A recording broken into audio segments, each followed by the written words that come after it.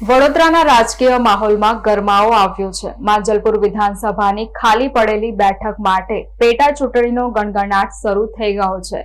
ત્યારે આ ચૂંટણીમાં કોંગ્રેસ પક્ષની રણનીતિ કેવી રહેશે તે નક્કી કરવા માટે વડોદરા શહેર કોંગ્રેસ કાર્યાલય ખાતે એક મહત્વની બેઠક યોજાઈ હતી। વડોદરાની માંજલપુર વિધાનસભા બેઠકની આગામી પેટા ચૂંટણીને લઈને રાજકીય પક્ષો સક્રિય થયા છે। આ જ શ્રેણીમાં કોંગ્રેસ દ્વારા એક મહત્વપૂર્ણ બેઠકનું આયોજન કરવામાં આવ્યું હતું। વડોદરા શહેર કોંગ્રેસ સમિતિના કાર્યાલય ખાતે યોજાયેલી આ બેઠકમાં એઆઈસીસી સેક્રેટરી અને મધ્ય ગુજરાતના પ્રભારી રામકિશન ઓઝા ખાસ ઉપસ્થિત રહ્યા હતા। તેમની અધ્યક્ષતામાં યોજાયેલી આ બેઠકમાં વડોદરા શહેર જિલ્લા કોંગ્રેસના પ્રભારી બિમલ શાહ અને સંદીપ માંગરોલા પણ વિશેષ રૂપે હાજર રહ્યા હતા। બેઠકનો મુખ્ય ઉદ્દેશ્ય માંજલપુર વિધાનસભા પેટા ચૂંટણી માટે ઉમેદવારની પસંદગી, મત વિસ્તારની વર્તમાન સ્થિતિ અને ભાજપને ટક્કર આપવા માટેની વ્યૂહરચના તૈયાર કરવાનો હતો। શહેર કોંગ્રેસના અગ્રણીઓ સાથે થયેલી આ મનોમંથન બેઠકમાં આગામી દિવસોમાં ચૂંટણી પ્રચારને વેગ આપવા અને પાયાના સ્તરે કાર્યકરોને સક્રિય કરવા અંગે વિગતવાર ચર્ચા કરવામાં આવી હતી।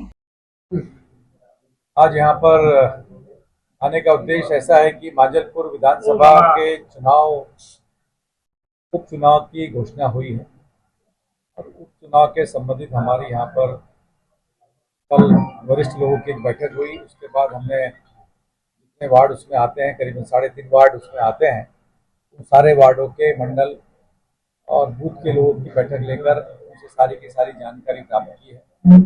आने वाले समय में हम लोग मांजलपुर के विधानसभा का उम्मीदवार का पर्चा 13 तारीख को दाखिल करेंगे। 12 तारीख को संडे है मेरे ख्याल से, 13 तारीख को हम दाखिल करेंगे और सारे कार्यकर्ताओं से चर्चा करके उम्मीदवार भी फाइनल करेंगे और किस तरह से चुनाव लड़ना है, किस तरह की व्यू रचना है। क्योंकि अभी अभी महानगर पालिका का चुनाव हमने पूरा किया है, जिसमें जो भी हमें नुकसान हुआ है उसकी भी चर्चा हमने कार्यकर्ताओं से और वार्ड के अध्यक्षों से और वहाँ के पदाधिकारियों से की है। और साथ साथ में ये चुनाव को कैसे लड़ा जाए, उनकी रणनीति क्या है, वो क्या चाहते हैं, पार्टी से क्या अपेक्षा है, किस तरह का उम्मीदवार होना चाहिए, किस तरह से हमें चुनाव लड़ना चाहिए। और भाजपा की सरकार का जो भ्रष्ट प्रशासन है, जिस तरह से चाहे वो महंगाई का मुद्दा हो, चाहे नीट में जिस तरह से लाखों रुपए लेकर लोगों से पर्चे के लिए फॉर्म भरने के करीब लैक्स ऑफ करोड़ रुपीस लेकर हर बार वो परीक्षाएं खारिज कर देते हैं। इसी गुजरात में 13 के ऊपर करीबन पेपर लीक हुए हुए, परीक्षा खारिज हुई हुई। अभी भी 2-4 दिन पहले एक और परीक्षा खारिज की थी। तो जनता के बीच में जो रोष है, उस रोष को देखते हुए हमारे जो बूथ के लोग हैं, मंडल के लोग हैं, वार्ड के लोग हैं, सारे के सारे उत्साहित हैं। उनके पास लोग संपर्क कर रहे हैं, चुनाव में हम आपको सबको साथ देंगे।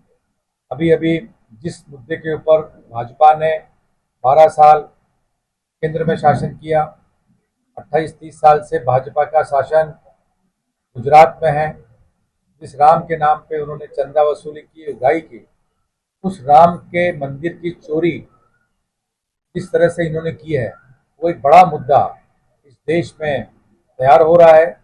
जिन गलियों में, जिन मोहल्लों में, जिस परिसर में राम धुन बजाकर हमारे परमेश्वर राम का नाम लेकर उन्होंने जिस तरह से चंदा उगाई की है और चंदा उगाई करके अपने लोगों के मार्फत उन्होंने चंदा वसूली की है, उसका एक बड़ा लोगों में नाराजगी है। उस नाराजगी को भी इस चुनाव में देखने को मिलेगा, मैं समझता हूँ। और महंगाई का जोर पूरी तरह से है। आप देख रहे हैं कि शिवसेना पार्टी हमारे महाराष्ट्र की, उन्होंने राम रक्षा का एक अभियान चला है। उसी तरीके का अभियान हम अपने कार्यकर्ताओं से चर्चा कर रहे हैं कि जिस तरह से जिन लोगों ने चंदा दिया है, उस चंदे का इन्होंने गबन करके कहाँ लगाया है, इसकी भी जनता उनसे पूछे ये पैसा कहाँ गया है। और नीट में जिस तरह से बच्चों के भविष्य के साथ खिलवाड़ भारतीय जनता पार्टी अपने शासन के द्वारा कर रही है, उसके बारे में भी जनता दुखी है। क्योंकि इन्हें जब पैसे की आवश्यकता होती है तो ये तुरंत पेपर लीक करते और नई परीक्षाएं चालू कर देते हैं।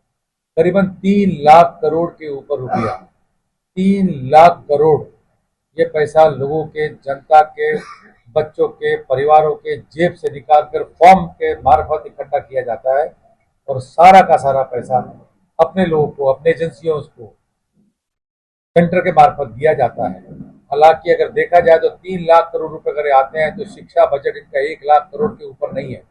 1,10,000 से 20,000 करोड़ के ऊपर उनका बजट होता नहीं है।